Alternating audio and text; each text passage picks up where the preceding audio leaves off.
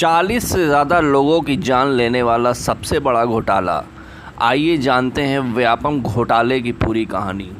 Vyapam, maximum लोगों को ये नहीं पता होगा कि क्या होता है व्यापम, इसका मतलब क्या है। तो चलिए इसके बारे में जानते हैं। व्यापम का पूरा नाम है Madhya Pradesh professional examination board.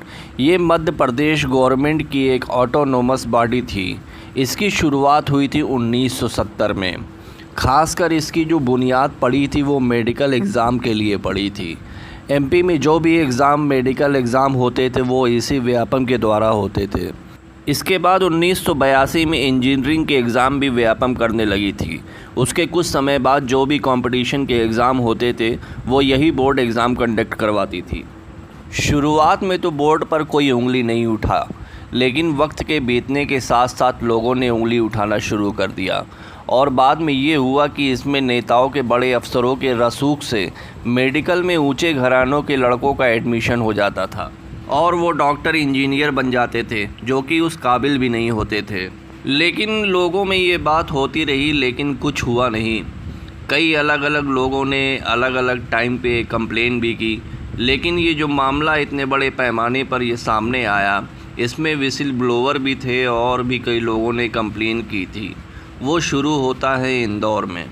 Indore में उस टाइम के पुलिस वहाँ के हेड थे, उनके पास फ़ोन आता है और कुछ जानकारी देता है और बताता है कि उसने एक लेटर भी भेजा है। उस लेटर में ये लिखा था कि फ़ला फ़ला होटल है, इस होटल में फ़ला फ़ला लोग ठहरे हुए हैं और जो एग्ज़ाम होने जा रहा है उस एग्ज़ाम में किसी दूसरे स्टूडेंट के बिहाफ पे वो एग्ज़ाम देंगे।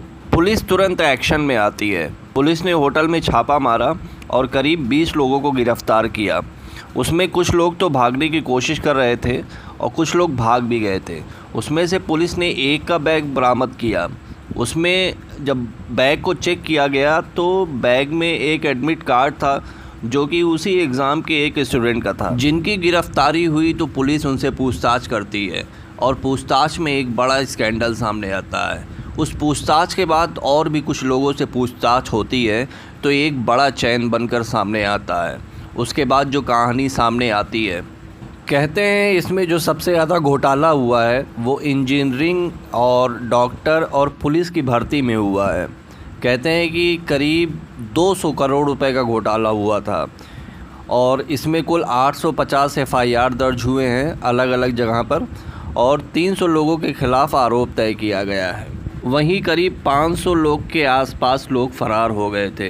300 लोग के अलावा करीब 720 स्टूडेंट और पेरेंट के खिलाफ भी मामले दर्ज हुए। उसके बाद करीब 1800 लोगों को अरेस्ट किया गया, जिसमें एमपी के एक एक्स एजुकेशन मिनिस्टर थे, व्यापम में बड़े ओहदेदार थे और मेडिकल कॉलेज के ऑनर और बहुत सारे स्टूडेंट और उनके पेरेंट्स भी थे। अब आप लोग सोच रहे होंगे कि आखिर ये खेल होता कैसे है, तो चलिए इसके बारे में बताते हैं। सबसे पहले तो ये क्लाइंट देखते हैं। क्लाइंट मतलब जैसे अलग अलग मेडिकल कॉलेजेस, कोचिंग सेंटर जो यहाँ स्टूडेंट पढ़ते थे उनसे डील हो जाती थी और उनसे बोला जाता था कि इतने पैसे लगेंगे और एडमिशन हो जाएगा और आप पास हो जाएंगे। ये लोग पूरा 4 तरीके से ये खेल खेलते थे।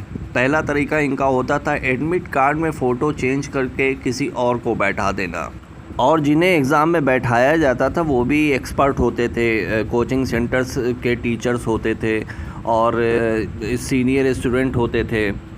जिन्हें क्वेश्चंस के आंसर पहले से पता होते थे वही एग्ज़ाम में बैठाए जाते थे। दूसरा तरीका ये था कि मान लीजिए कुछ गड़बड़ हो जाता है, एग्ज़ाम में जो लड़का बैठाया गया है उससे पेपर ख़राब हो जाता है, तो इस केस में डायरेक्ट नंबर बढ़ा दिया जाता था। तीसरा तरीका ये था कि जिस एक्सपर्ट को क्लास में बैठाया गया है उसी एक्सपर्ट के ज़रिए क्लास में ग्रुप नकल कराया जाता था। और चौथा तरीका ये था कि स्टूडेंट से बोला जाता था कि जो जो तुम्हें आता है वो लिख दो, अगर नहीं आता है तो आंसर शीट को खाली छोड़ दो, ताकि बाद में इनकी कॉपी को चेंज कर दिया जा सके। तो दोस्तों ये था व्यापम घोटाला।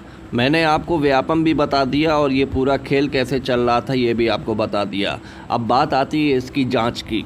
कहते हैं इन 14-15 सालों में जो भी एग्ज़ाम हुए उसमें 1087 स्टूडेंट डॉक्टर बने।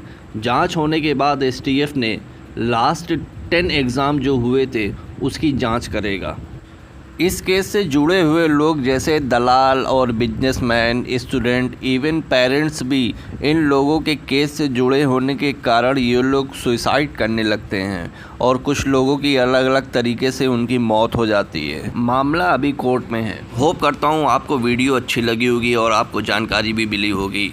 तो अगर आपको वीडियो अच्छी लगी हो तो please like, share and subscribe.